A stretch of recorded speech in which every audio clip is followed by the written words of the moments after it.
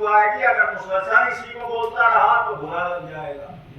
حالانکہ حقیقت یہ ہے کہ ہم کو آپ کو یقیناً پڑھنی، کوئی پڑھے یا نہ پڑھے، لیکن ہم پر آپ پر واجب ہے۔ اور مزے کی بات یہ ہے کہ باپ کی قضا نماز بڑے بیٹے پر واجب ہے۔ اب اگر ابا نے نہیں پڑھی تو وہ بھی کھوپڑی پہ ہے، اور اپنی تو ہے ہی 50 نماز کی خدمت میں۔ اگر باپ بے نمازی گیا تو بڑی اولاد پر قضا، اور اگر اولاد بھی نہیں پڑھ رہی ہے تو اگلی نسل میں ٹرپل معاملہ، اس سے آگے سناٹا آیا تو اور بڑھے گی، بچو گے کیسے؟ اس لیے کہ یہ پنجگانہ نمازیں اللہ نے جو رکھی ہے یہ جن سے منسوب ہے ان کو سمجھیے۔ ظہر پیغمبر سے منسوب ہے، توجہ بجاز کرنا، اصل مولائے کائنات سے منسوب ہے، مغرب جناب سیدہ سے منسوب ہے، عشاء امام حسن سے منسوب ہے، فجر امام حسین سے منسوب ہے۔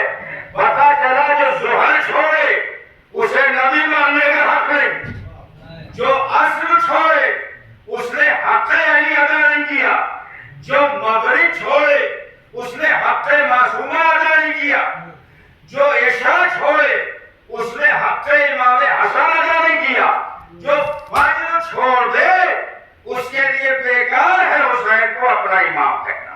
ایک سوال ہے یہ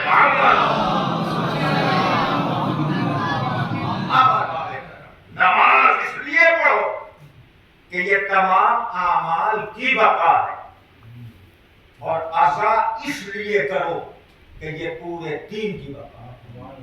اسی لیے ہمارے بزرگوں نے مختلف دور میں اس ملک میں کاٹے گئے، اس ملک میں کاٹے گئے، یہاں شہید کیے گئے، وہاں شہید کیے گئے، نسلیں مٹائی جاتی رہی، لیکن وہ ہجرت پر ہجرت کرتے رہے، سب کچھ چھوڑ دیا، مگر سرمایہ عزا اپنے سینے سے لگائے رہے۔ ایک بڑی عجیب سی بات آپ کی خدمت میں عرض کر رہا ہوں کہ سرمایہ عزا آج بڑا آسان ہے مجلس کرنا، بہت آسان ہے فرش عزا بچھانا، بہت آسان ہے خطیب بلا لینا، بہت آسان ہے بیٹھ کے رو لینا، لیکن وہ دور کہ جس میں نام حسین لینا جرم سمجھا جائے، اس زمانے میں بھی عزا برپا کرنا کوئی معمولی بات نہیں ہے۔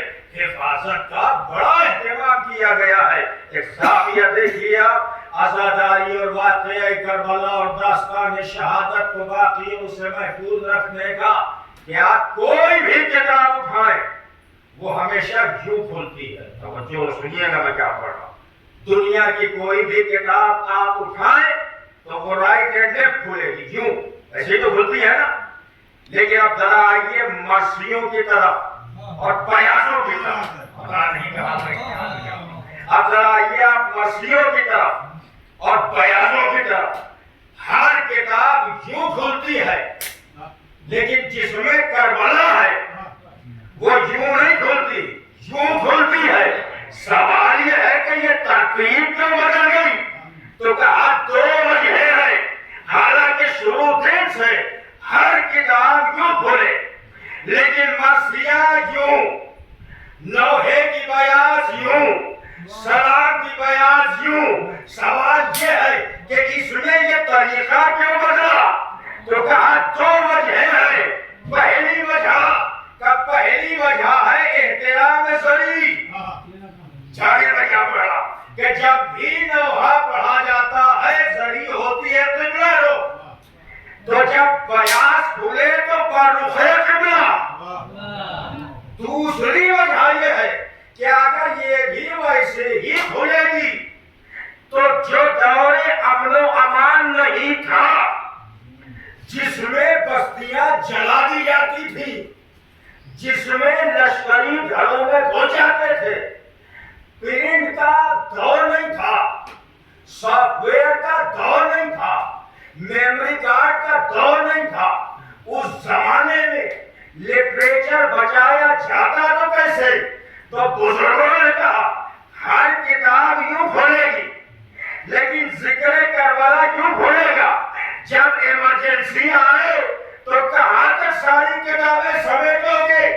بس اتنی اٹھا لو جتنی یوں کھولے. پتا چلا کسی علم کی حفاظت کی اتنی ذمہ داری نہیں ہے جتنی کربلا کے تحفظ کی ذمہ داری ہے.